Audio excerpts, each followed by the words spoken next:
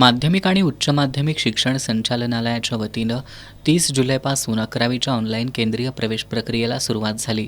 कोल्हापूर जिल्ह्यासाठी विज्ञान, वाणिज्य आणि कला शाखा मिळून 66,010 इतक्या जागा आहेत. यासाठी एकूण 41,899 विद्यार्थ्यांनी अर्ज भरले होते.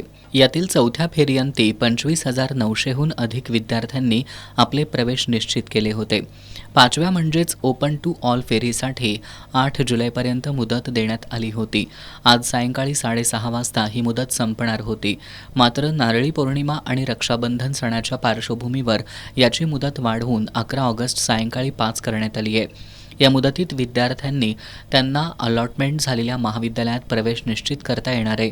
पाचव्या फेरीत मागील 3 दिवसांपासून 16,500हून अधिक विद्यार्थ्यांनी आपला प्रवेश निश्चित केला आहे. तर आत्तापर्यंत एकूण 42,500 विद्यार्थ्यांनी आपले प्रवेश निश्चित केलेत. 6व्या फेरीबद्दल अजून कोणतीही माहिती आलेली नाही.